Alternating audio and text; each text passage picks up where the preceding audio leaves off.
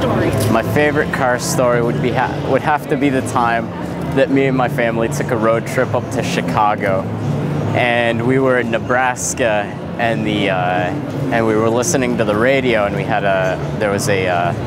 they issued a tornado warning for Lincoln, and we had to stop and take shelter in this hotel, like in the basement of this hotel, and the tornado didn't get to where we were, but we still had to take shelter. And I just thought it was pretty cool because like I got out and we could see where the tornado had been, and it was just a really cool road trip from there after. So Was your car okay? yeah, our car was fine. Our car was fine. So we pulled into this convenience store with the two sophomores in the back. I told them, okay, I got to hurry, but I'll buy you the beer. A city cop in Ashland, Oregon saw me buy the beer. He came up behind me and turned on the red lights, and I was in a Chevy Chevette, a four-door. And I went down all these alleys and everything in this little town and everything, and I eluded him and got away. There's an interesting story about burning a car to the ground. Can you tell us about that? Yes. I think it was the Cobra. It was my first car, and I think the gas tank was rusted, so we got it replaced. And after I got it replaced, it was at home, and my brother was tinkering around, checking it out, and he didn't plug back in the gas line very well. So I went to church with my boyfriend, and we were leaving, and it flooded. It wouldn't start. So he said, well, I push start my Volkswagen. Let's push start this.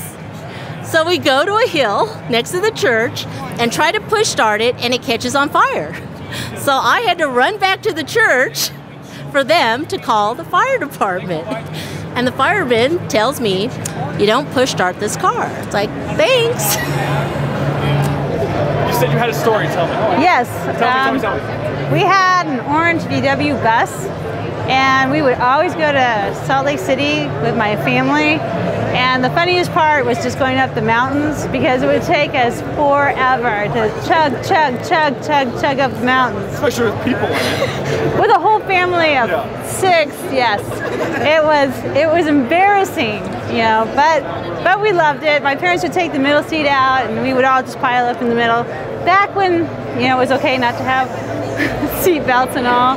So that was a lot of fun. You said you lit a car on fire. I want the whole story, start to finish. Oh boy. All right, so I had a 79 F-250, a Ford F-250, and we had just changed the timing belt on it. It was my first time changing a timing belt, but I read a book and I saw it on the internet, so I figured it'd be fine to do.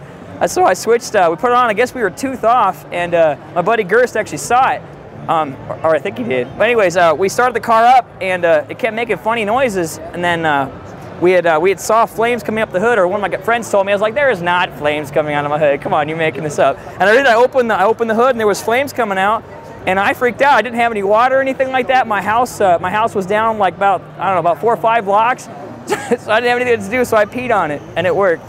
You had to pee up. I did. Oh, I had, yeah. It's an F-250. It's up here. Yeah. It's a talent. It's a gift that nobody else has.